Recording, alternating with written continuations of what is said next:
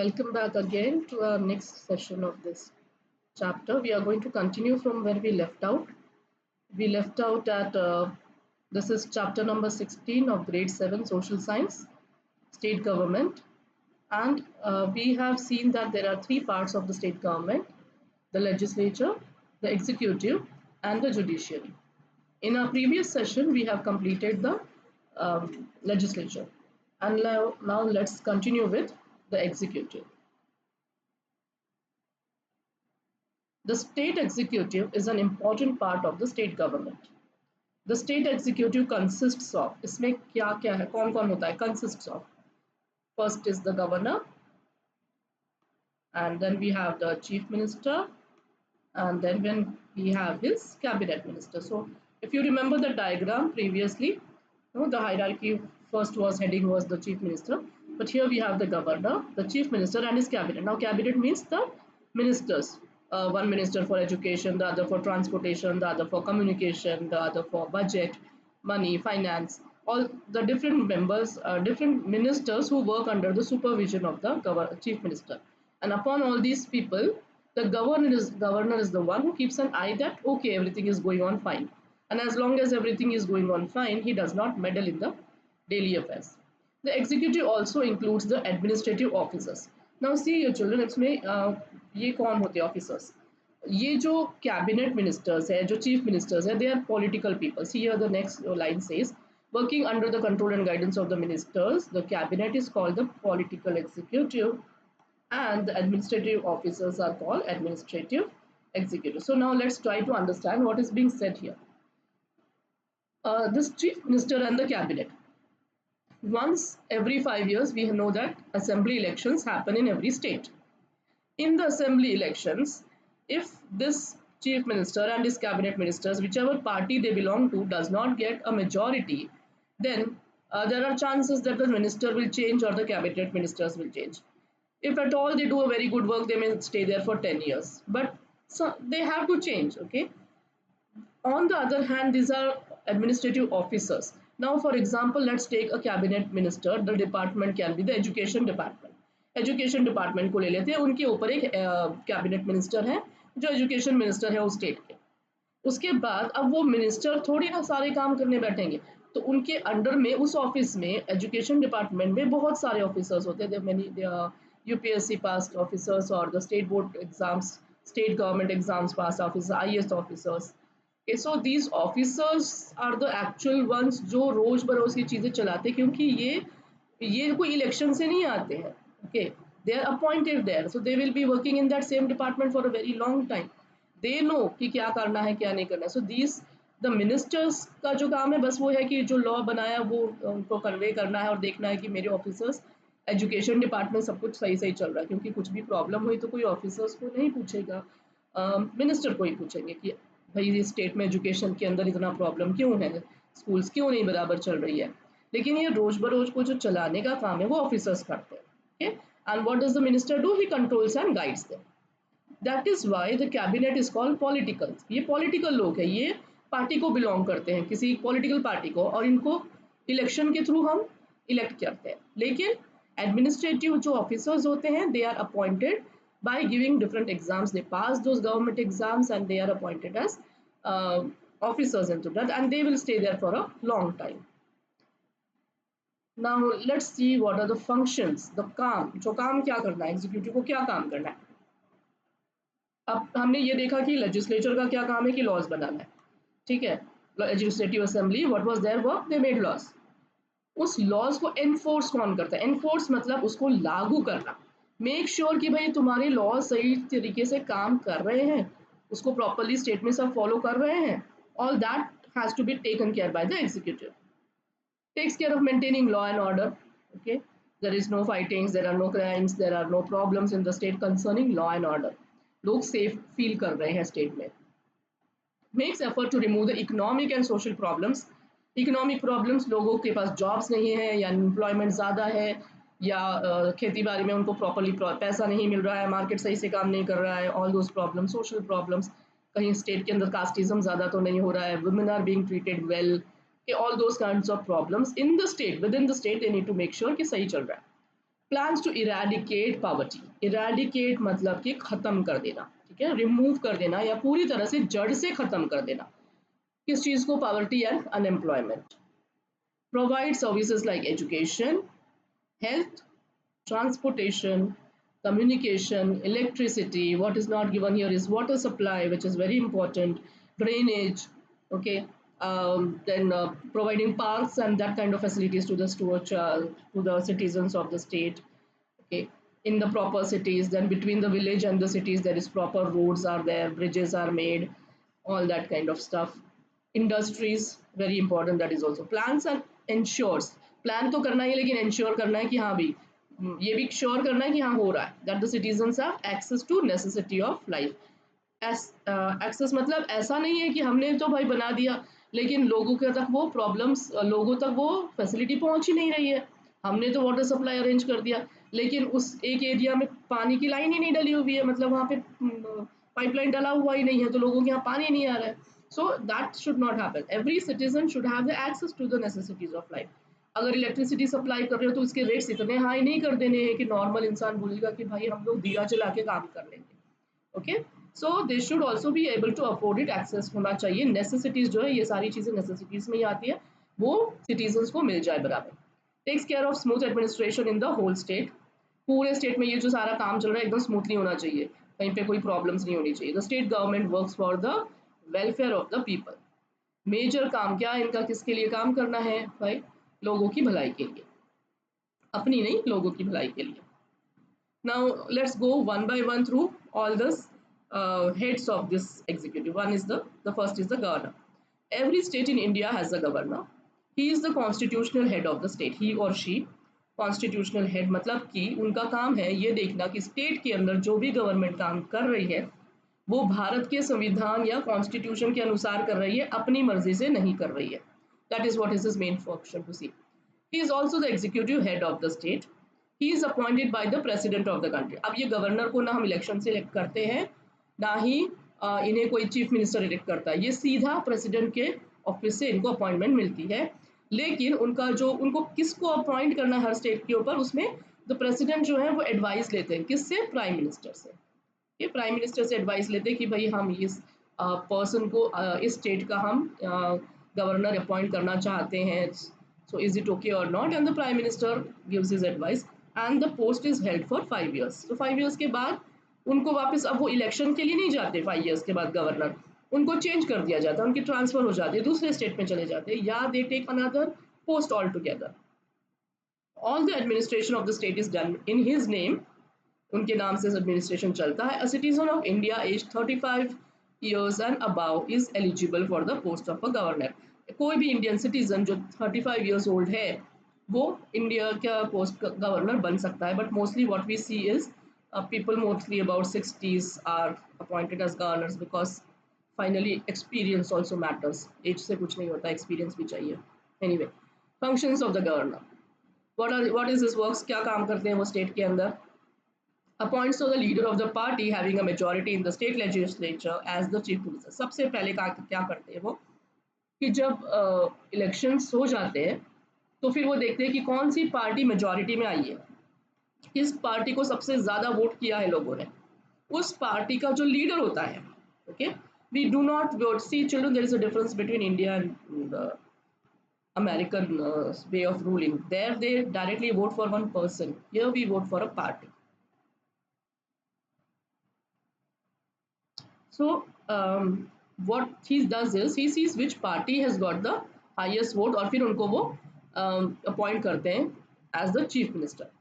Appoints cabinet ministers on the advice of the chief minister. उसके बाद उनके जो कैबिनेट मिनिस्टर्स हैं उनको भी अपॉइंट किया जाता है थ्रू बाय द गवर्नर, लेकिन उसके लिए वो एडवाइस किसकी लेते हैं, चीफ मिनिस्टर की। मतलब पहले सबसे पहले चीफ मिनिस्टर को सिलेक्ट कर लेते हैं, फिर वो जो बताते हैं कि चलो इनको रखेंगे एजुकेशन में, इनको रखेंगे बजट में, इनको रखेंगे ट्रांसपोर्टेशन में, according to that they both decided, they both एक दूसरे की, मतलब चीफ मिनिस्टर एडवाइस देता है लेकिन अपॉइंटमेंट लेटर आता है गवर्नर के थ्रू। Convenes या calls the meetings of the assembly and has the power to dissolve the legislative assembly if necessary। जो legislative assembly की meetings होती हैं वो गवर्नर उनको मतलब वो बोलते हैं कि भाई इस डेट के बाद ये मीटिंग होने वाली है। और अगर स्टेट गवर्नमेंट ढंग से काम नहीं कर रही है, कुछ भी प्रॉब्लम्स हो रही है, बहुत ज़्यादा परेशानी हो रही है मतलब पॉलिटिकली, तो उसके बाद वो जो लेजिस्लेटिव असेंबली उसको डिसॉल्व कर सकते हैं। डिसॉल्व मतलब कि वो बोल सकते हैं कि भाई ये चीफ मिनिस्टर और कैबिनेट मिनिस्टर सही से काम नहीं हो रहा है, इनको अब वापस निकाल दो, दूसरी बार इलेक्शंस करो और फिर किसी और को अपॉइंटमेंट करो, या अगर इनको वापस अगर लोग चुन के देते हैं तो फिर इनको वापस हम अम, ला सकते हैं। डिसॉल्व करना मतलब वो डिक्लेयर कर सकते हैं कि अब के बाद ये गवर्नमेंट गई, let's have elections again. The governor issues an ordinance if needed, appoints the advocate general of the state. Advocate general क्या होते हैं? जुडिशियरी से रिलेटेड है ये, कि chairman of the state public service commission, ये सब जुडिशियरी और एग्जीक्यूटिव के अंदर जो ऑफिसर्स हैं, ऑफिसर लेवल्स, जो स्टेट पब्लिक सर्विस कमिश्नरेट होता है, जैसे कि आईएएस ऑफिसर्स के लिए सेंट्रल गवर्नमेंट के एग्जाम देते हैं, वैसे ही स्टेट गवर्नमेंट की एग्जाम्स होती है, उसका जो चेयरमैन है उसे भी अपॉइंट करते हैं। और हर स्टेट को देखिए कभी कभी क्या होता है कि एक स्टेट खुद के अंदर कुछ प्रॉब्लम्स होती है, तो वो when we go to judiciary will see in detail, they go to the supreme court. Now suppose for example the state of Haryana has an issue with the state of Gujarat, कुछ problem हो गई दो states के बीच में, तो दोनों states जाएंगे supreme court के पास। ओके, तो दोनों स्टेट्स को रिप्रेजेंट कौन करेगा कोर्ट में? That is the advocate general. तो उसे उस स्टेट का एडवोकेट जनरल कौन होगा? ये गवर्नर अपॉइंट करते हैं। Makes the law by signing bill. अब लेजिस्लेचर के अंदर बिल के ऊपर डिस्कशन होता है, इतना अमाउंट होगा इस बार के लिए, एजुकेशन के लिए इतना ये होगा या ये चेंजेस करेंगे, वो डिस्कशन होता है, पूरा ड्राफ्ट हो जाता है, बन जाता है, लेकिन जाता है सीधा फिर गवर्नर के पास साइन करने के लिए। अनलेस वो साइन करे तब तक वो बिल लागू नहीं किया जा सकता उनकी परमिशन के बिना। अगर उन्हें लगता है कि नहीं ये गलत गलत हो रहा है या इस बिल में कुछ छोटी छोटी चीज़ों को चेंजेस करने की ज़रूरत है, तो वो वापस भेज देते हैं लेजिस्लेचर के पास, असेंबली स्टेट में, फिर वापस डिस्कशंस करो और फिर वापस से चेंजेस करो और फिर लेकर आओ। मोस्ट ऑफ द टाइम ऐसा होता नहीं है, वो साइन कर देते हैं, but this is the procedure. So that means कि अगर वो कोई बिल पे साइन ना करे तो वो बिल या वो लॉ पास नहीं होता। हमने देखा ना कि जैसे कि एनफोर्स करना है लॉज को, वो लॉ लॉ कब बनता है? जब उसके ऊपर गवर्नर साइन करेगा तब। He takes care of the state administration remaining neutral and impartial. उनका क्या काम है कि देखिए जो ऑफिसर लेवल पे है, जो ये जो एडमिनिस्ट्रेशन है वो है सब, ये सब न्यूट्रल रहे। न्यूट्रल मतलब ये किसी खास पार्टी को सपोर्ट ना करे कि मेरा पॉलिटिकल व्यू ये है तो मैं ये पॉलिटिकल पार्टी को सपोर्ट करके काम करूंगा। No, the officers are suppose to be neutral, they are suppose to be impartial. उनको काम करना है जनता के लिए, क्योंकि सरकारें तो आती जाती है, ऑफिसर्स को वहीं रहना है। For example there is an IPS officer और द पुलिस कमिश्नर है या म्यूनसिपल कमिश्नर है, sorry not municipal commissioner but the police commissioner and the collectors, and although they should be neutral and impartial, they should not be belonging or supporting a khas party and then making sure कि that party's agenda is being implemented, वो नहीं होना चाहिए। So ये काम भी who says over that is the governor. Now let's come to the next important person, which is the chief minister. The governor appoints the leader of the party with the majority, ये हमने देख लिया। Most of the powers of the governor are vested in the chief minister and his cabinet. So governor को जो powers मिली है उसमें से काफ़ी सारी चीफ मिनिस्टर कैबिनेट को मिलती है। In Gujarat the office of the chief minister and his cabinet is in the new secretariat Swarnim Bhavan इन गांधीनगर। तो गांधीनगर में स्वर्णिम भवन है, जहाँ पे हमारे चीफ मिनिस्टर एंड उनके कैबिनेट मिनिस्टर्स के सारे सारे मिनिस्टर्स के ऑफिस लोकेटेड है। There are 3 levels of ministers in the cabinet. Cabinet में एक ही, ऐसा नहीं है कि एक ही लाइन के लेवल के सारे मिनिस्टर्स होते हैं, उसमें भी 3 लेवल्स होते हैं, cabinet level, state level, and deputy level ministers. Okay. Now, what does the chief minister do? Convenes the cabinet meetings.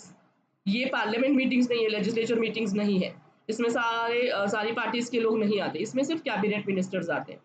तो जब उन्हें लगता है कि भाई स्टेट के अंदर जैसे ही सबसे पहले वो चीफ मिनिस्टर बने, सबने शपथ ग्रहण किया, फिर कैबिनेट मिनिस्टर्स बने, उसके बाद चलो आज एक मीटिंग रखते हैं और फिर उसके बाद अंदर डिसाइड करेंगे कि भाई हमारा स्टेट इस 5 सालों के लिए अगली बार क्या करने वाला है। All those decisions made are made, supervisors the functions and then he make sure कि भाई मैंने कैबिनेट मिनिस्टर्स को तो अपॉइंट तो कर दिया, वो एजुकेशन में है, वो कम्युनिकेशन में है, वो ट्रांसपोर्टेशन में, इलेक्ट्रिसिटी में, इंडस्ट्री में है, एग्रीकल्चर में है, आर दे वर्किंग प्रॉपरली? क्या वो अब मिनिस्टर और उनके अंदर के सारे ऑफिसर्स सही काम हो रहा है स्टेट में, वो काम सुपरवाइज करना होता है चीफ मिनिस्टर को। प्रोवाइड्स गाइडेंस, और अगर उन्हें लगता है कि नहीं सही नहीं हो रहा है तो वो अपने मिनिस्टर को बुला सकते हैं, उन्हें कोई गाइडेंस दे सकते हैं, या मिनिस्टर खुद उनके पास जाके पूछेगा कि इस प्रॉब्लम का मैं क्या करूँ, and they discuss and decide. Informs the governor about the decisions, अगर कैबिनेट ने कोई डिसीजन लिया है तो उसे अपना ऐसे नहीं है कि बस ये सरकारी काम है। So what happens is they make a proper letter, a proper draft on this government of state government के लेटर हेड पे, और उसको ले जाके जो चीफ मिनिस्टर है वो गवर्नर से अपॉइंटमेंट लेते हैं कि हमें आपसे मिलना है, फिर उनसे जाके बताते हैं कि देखिए हमने ये डिसीजन लिया है, वो उनको इन्फॉर्म करते हैं। Assigns various administrative portfolios to the ministers of the cabinet. Portfolios is the word that means कि सारे के सारे departments, हम बोलते हैं departments right, education department, लेकिन उसे actual word in as per our this thing is portfolio. Portfolio मतलब एक department के education का portfolio। तो कौन से मिनिस्टर को कौन सा पोर्टफोलियो देना है, मतलब कि कौन से मिनिस्टर को कौन सा डिपार्टमेंट देना है, that is decided by the chief minister. Of course appointment जो आता है, लेटर आता है कि हाँ भाई तू you are appointed for education, so and so is appointed for administration, sorry agriculture, वो आएगा गवर्नर की तरफ से, लेकिन मेन जो डिसीजन जो डिसाइड ना मतलब वो प्लान वैन कर लेते हैं, that is the chief minister. reshuffles the cabinet, अगर उन्हें लग रहा है कि भाई ये person is not working good at education but he might do a better job in transportation, that person is not doing good in transportation, उनको हम बजट या फाइनेंस में डाल दें, तो उसको रीशफल अगर करना है तो भी वो कर सकते हैं, उनके पास पावर है। ऐसा नहीं कि 5 साल के लिए एक जन को एजुकेशन में डाला है तो वही डाल दिया बस, नो, इफ ही फील्स कि नहीं इनको निकालना है, दूसरे को रखना है, या इनको किसी दूसरे डिपार्टमेंट में शिफ्ट करना है, he can do all those things. Gets the budget presented in the legislature by finance minister, जो फाइनेंस का जो हैंडल करने वाला है उसको फाइनेंस मिनिस्टर बोलते हैं। वो बजट अपना मतलब हर साल 5 अप्रैल में वो बजट प्रेजेंट करते हैं कि इस साल स्टेट के अंदर एजुकेशन पे इतना खर्चा होगा, हेल्थ पे इतना होगा, रोड ट्रांसपोर्टेशन पे इतना होगा, एग्रीकल्चर पे होगा, इंडस्ट्रीज पे होगा, वो सारा बजटिंग होता है। जैसे आपके घर में आप बजट करते हो ना कि रेंट में इतना जाएगा या स्कूल में जितना जाएगा और ग्रोसरी में इतना जाएगा, electricity bill, same thing state में अंदर भी होता है। Works continuously for the welfare, well-being and development of the citizens. He serves as an anchor, guide and captain of the government policies. उस एक स्टेट को चलाने के लिए वो एक एंकर है, यानी कि वो अपने एंकर क्या काम करता है, शिप को एकदम मजबूती से पकड़ के रखता है, यहाँ वहाँ नहीं जाने देता। गाइड करता है, मतलब वो देखता है कि भाई स्टेट का जो प्रॉपर स्ट्रक्चर है वो कहाँ पे हमारा स्टेट डेवलपमेंट की तरफ जा रहा है, किस तरह से जा रहा है। He is the captain. Captain क्या काम करता है, भी लीड करता है अपनी टीम को, और टीम का और कैप्टन का मिलके काम क्या होता है, if it's sport then that means they have to win. अगर एक शिप है कि शिप का कैप्टन है तो उनका मकसद है कि अपने प्रॉपरली अपने पोर्ट में जहाँ उन्हें पहुँचना है वहाँ ले जाना है सेफली। सो ये काम हमारे चीफ मिनिस्टर का, हमारे मतलब किसी भी स्टेट के चीफ मिनिस्टर का होता है। This is, since this is an activity, we are going to skip this. Functions of the state government. What does the state government do? In India, there is a federal system of government. So the work is divided between the state government and the central government. What is a federal system? A federal system यानी कि जो हमारा देश है, it's a union of different states, अलग अलग states मिलके एक बड़ा union of Republic of India बना हुआ है। तो इसमें 2 लेवल की गवर्नमेंट्स हैं, 3 लेवल की है एक्चुअली, ग्रास रूट लेवल्स की भी है। सेंट्रल गवर्नमेंट जिसका काम है पूरे देश को संभालना, और हर स्टेट की अपनी गवर्नमेंट जिनका काम है अपने स्टेट को संभालना। तो अब इसमें क्या प्रॉब्लम हो सकती है, सिंपल, कोई काम अगर स्टेट गवर्नमेंट बोलेगा कि भाई एजुकेशन को तो ना हम हमारे स्टेट में ये होना चाहिए, और सेंट्रल गवर्नमेंट बोलेगी नहीं नहीं ऐसे नहीं होगा ऐसे होगा, तो वो दोनों के बीच में हमेशा क्लैशेस होती रहेंगी, झगड़ा होता रहेगा। तो उसके लिए फिर कुछ और बंदोबस्त किया, इंतजाम किया। Let's go through this one. The jurisdiction scope of work of the state government is limited to its own state.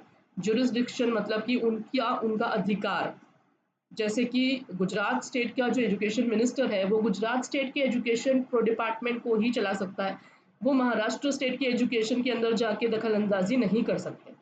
ठीक है, उनका जो लिमिटेशन है वो अपना खुद का स्टेट होता है। सेंट्रल गवर्नमेंट पे ये प्रॉब्लम नहीं है। Central government is for this whole country, they can advise और they can changes to every state, while the jurisdiction of the central government covers the entire country.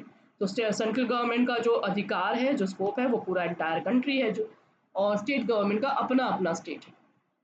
There is an important difference between the central government and state government in terms of their jurisdiction, scope of work.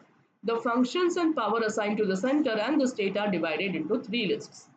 Now, अब मैंने जैसे बोला था कि बीच में अगर इन्होंने कुछ अपने स्टेट में एजुकेशन में ये डाल दिया पॉलिसी, और सेंट्रल गवर्नमेंट ने बोला नहीं ये नहीं चेंज करो, फिर इन्होंने बोला कि नहीं हम अपना एग्रीकल्चर तो ऐसे चलाएंगे, और फिर सेंट्रल गवर्नमेंट ने बोला नहीं नहीं नहीं ऐसे नहीं चलाओगे तुम, ऐसे चलाओगे, तो क्या होगा, दोनों गवर्नमेंट स्टेट एंड सेंट्रल का हमेशा झगड़ा होता रहेगा. और भारत में इतने सारे स्टेट्स हैं तो सारी गवर्नमेंट्स का और सेंट्रल गवर्नमेंट का हमेशा there might be always a friction. So हमारे कॉन्स्टिट्यूशन में ये फ्रिक्शन अवॉइड करने के लिए ऑलरेडी लिस्ट दी हुई है. लिस्ट का क्या काम है कि ये जो यूनियन लिस्ट में जो चीज़ें आती है they will be taken care completely by the central government only, और स्टेट गवर्नमेंट्स को इसके बीच में बोलने की कोई भी इजाज़त नहीं है. They can not speak regarding any of these things. Same way state list में जो चीज़ें आती है उसके अंदर स्टेट लिस्ट वाले मतलब वो स्टेट गवर्नमेंट का अपना डिसीजन है, उसके अंदर वो कुछ भी डिसाइड कर सकते हैं, सेंट्रल गवर्नमेंट उसमें दखल अंदाजी नहीं करेगा. And then there is a concurrent list, इसमें दोनों मिल के काम करेंगे. सो इसमें दोनों जॉइंट काम कर सकते हैं. ठीक है, so this are concurrent list. Let's see this. Out of the 97 subjects assigned to the central government, census, now 97 subjects hai. They have not given us all the 97, but let's see the some important ones. Census. Census क्या होता है? Calculating, counting the number of people in a country.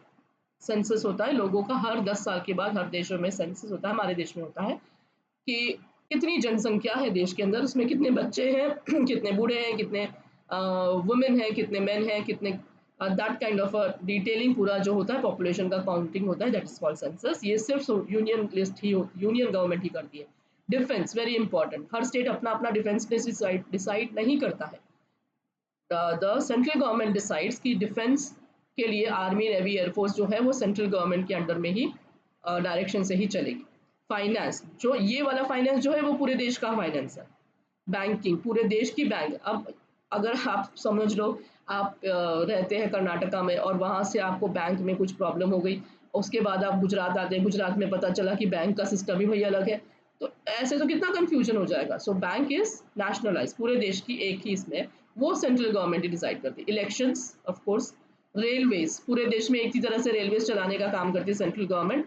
मान लीजिए हर state अपना अपना railway चलाएगा तो कितना कन्फ्यूजन होगा. पोस्ट एंड टेलीग्राफ, यानी कि पूरे देश के अंदर जो भी पोस्टल सर्विस है वो भी यूनियन में आती है. Atomic energy is use for creating electricity. Aviation, that means कि देश के अंदर जो एरोप्लेन्स का जो सिस्टम है वो. National highways, not state highways, okay, दो स्टेट्स के अंदर या दो बड़ी बड़ी सिटीज़ को जोड़ने वाले national highways. Marine services like ports के जैसे अलग अलग पोर्ट्स हैं देश में, विशाखापट्टनम, चेन्नई, मुंबई, कोलकाता. सो ये जो पोर्ट्स हैं वो भले अलग अलग स्टेट्स में है लेकिन उसका जो मैनेजमेंट है that will remain under the central government. Now there are some subjects like 96 subjects are given to the state government. हर स्टेट अपने अंदर के डिसीजन, एजुकेशन को डिसाइड कर सकता है, अपने सिटीजन्स की हेल्थ के बारे में डिसीजंस ले सकता है, अपनी सिटी की स्टेट की एग्रीकल्चर, क्योंकि हर स्टेट की एग्रीकल्चरल जोग्राफिकल कंडीशंस अलग है. What works in Maharashtra may not work in Manipur, right? What works in Punjab will not work in Tamil Nadu.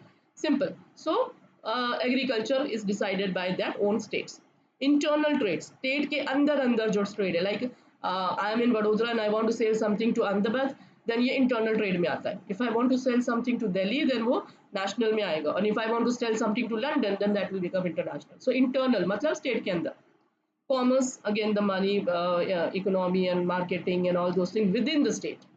Forest of that state, उस देश का उस स्टेट के फॉरेस्ट कवर को संभाल के रखना, वहाँ के नॉट ओनली फॉरेस्ट लेकिन वहाँ के जो जानवर है, reserves, national parks and wild life sanctuaries. Local self governing institutes, exactly self governing institutes are included in the state list. Then this is a concurrent list जहाँ पे दोनों मिलके काम करते हैं. This are 47 in number. It has a joint list of the powers such as divorce, education. Education CBSE, see you know that there are state government schools जिसका syllabus अलग होता है, CBSE schools NCERT syllabus होता है, that education will be decided by. So some children can decide whether they want to pick up the state government syllabus या study the central government syllabus. Industries, पूरे देश की industries, employment पूरे देश में, electricity and inheritance, matters proceedings of civil and criminal cases are included in the concurrent list. इन सबको industries हम state में स्टेट अपना अपने अपनी स्टेट के अंदर कौन सी इंडस्ट्रीज चाहिए, उसके बाद दूसरे वाले स्टेट के आसपास कौन सी इंडस्ट्रीज है, all those things together they can decide. Okay, now let's continue. The main function of the state government in a democracy is to do the welfare of the people. Yes, the state government performs important functions related to the basic needs of the people. Electricity, concrete roads, clean drinking water, health and hygiene, ये जो important चीज़ें हैं लोगों को ज़रूरी है वो करना है. Distributes food through rationing shops. You know what are rationing shops are? Shops which are controlled जहाँ पे से government लोगों को grains monthly इस पे basis पे provide करती है. गेहूँ प्रोवाइड करती है, चावल प्रोवाइड करती है, दाल या तेल प्रोवाइड करती है, कोई फेस्टिवल टाइम्स में फेस्टिवल से रिलेटेड कोई अगर चीज़ें हैं तो वो प्रोवाइड करती है, तो that are they are called ration shops. And the below poverty level people को राशन शॉप्स या लो इनकम फैमिली ग्रुप्स को उसमें बहुत सस्ते में मिल जाता है ताकि वो अफोर्ड कर सके ग्रॉसरीज अगर वो मेन मार्केट से नहीं खरीद सकते. Provides assistance to people in times of natural calamities. Natural calamities अगर किसी स्टेट में आ जाती है जैसे फ्लड्स है, बहुत ज़्यादा बारिश हो गई, वाटर लॉगिंग हो गया, ड्रॉट्स यानी कि बारिश ही नहीं हुई 2-3 साल तक, पानी ही नहीं है नहरों में, अर्थक्वेक हो गया अचानक से, हरिकेन्स या तूफान आ जाते हैं, तो उसके बाद जो तबाही मचती है फिर उसके बाद उस स्टेट के रस्तों को वापस से ठीक करना है या लोगों को कॉम्पनसेशन, किसी का घर टूट गया तो उनको वापस से गवर्नमेंट की तरफ से पैसा मिलता है जिसे कॉम्पनसेशन बोलते हैं. All that provision will be taken care by the state government. Provides facilities for transportation, educational institutions, hospitals, justice, etc. within the state. It plays an important role in maintaining peace, law and order in the state. So these are the things that the state government takes care. Now the next topic is going to be the judiciary, which we will see in the third and the final part. Thank you. I hope it was helpful for you.